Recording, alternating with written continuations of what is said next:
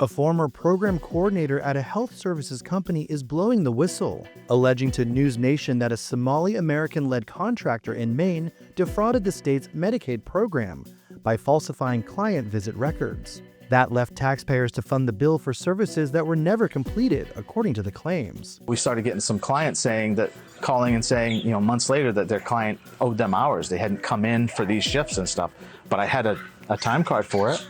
And they were billing for it. They were billing for it. Christopher Bernardini, who worked for and was later fired from Gateway Community Services, the health services contractor at the heart of the scandal, told Newsnation that the scheme got worse during the pandemic, alleging that when the company received a PPP loan, it started giving out bonuses to undeserving employees.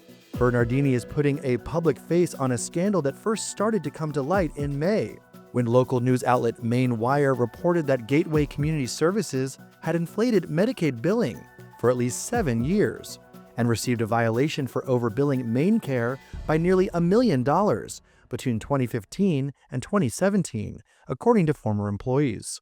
Months earlier, the outlet had published a damning deep dive on the health company's founder, Abdullah Ali, a Somali American who, while serving as executive director, was also running to become president of Jubaland, a state in southern Somalia.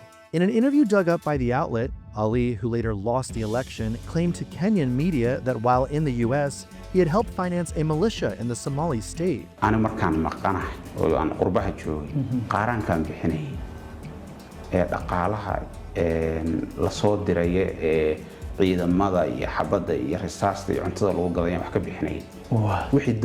Ali addressed the criticism on his now private X account, writing, "I make no apologies for building a successful business in Maine, working hard to earn a living, earning my PhD, giving back to my Maine community, and running for office in Jubaland. I am proud to contribute my hard-earned money to support my people back home. America is a nation of laws. You cannot change facts by fabricating false stories. I am a Somali American." Bernardini's claims have left conservatives in the state in an uproar over the alleged fraud, and they have called for an investigation.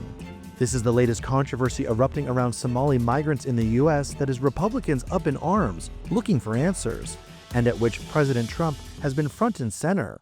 Most recently, the president directed a rant at Minnesota Representative Ilhan Omar, whom he said should go back to the East African country. I love this Ilhan Omar, whatever the hell her name is, with the little turban. I love her. She comes in, does nothing but bitch. She's always complaining. I love her. She comes to our country, and she's always complaining about the Constitution allows me to do this. We ought to get her the hell out. She married her brother in order to get in, right? She married her brother.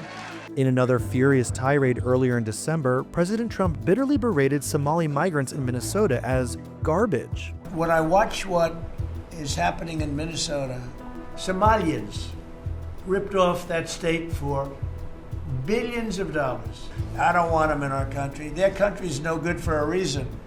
Their country stinks. We're going to go the wrong way if we keep taking in garbage into our country.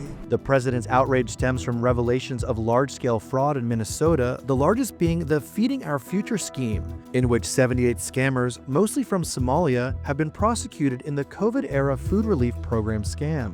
The ploy, according to prosecutors, involved funneling money from state social services coffers, including at the Department of Human Services and Department of Education, to the nonprofit Feeding Our Future and other organizations to ostensibly feed school children.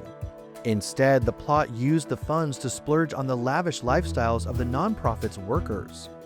According to Minnesota education officials, Feeding Our Future and its affiliated groups submitted over $500 million in claims, while House Oversight Chair James Comer alleges the true losses may have climbed toward $1 billion. The DOJ has already convicted 49 fraudsters in the scheme. Troubling reports also allege that millions of the stolen taxpayer dollars may have been funneled to Somalia-based terror group Al-Shabaab, according to counterterrorism sources.